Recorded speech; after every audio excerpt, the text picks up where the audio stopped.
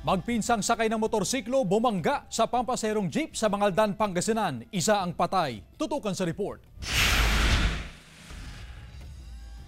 Dead on arrival ang isang motorcycle rider habang naputulan naman ng paa ang kanyang pinsan habang angkas sa motorsiklo. Ito'y matapos silang sumalpok sa pampasaherong jeep sa bahagi ng barangay Anolid, Mangaldan, Pangasinan kahapon.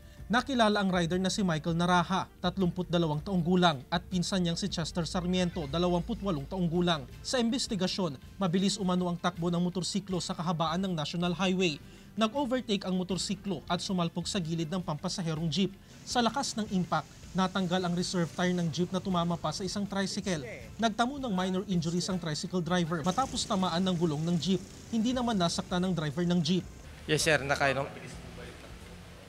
Yes sir, sa impact po kasi niya sir, yung sa jeep, hindi po kasi basta-basta matatanggal yun sir kung medyo mabagal ka lang o takbo lang ng 60 sir.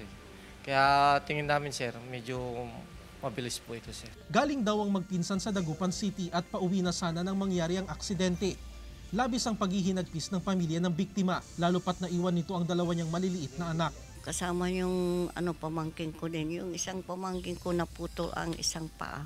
Sabi ko sa mga anak ko, kung magkano ang ibigay kasi mahirap din ang buhay niya, di bahala na kung magkano ibigay nila kasi talagang wala ako. Nag-independent yung anak ko kaya wala akong pira ngayon, kapos talaga. Kasama si Ron Alister Taniedo, Jeric Pasiliao, 1 North Central Luzon.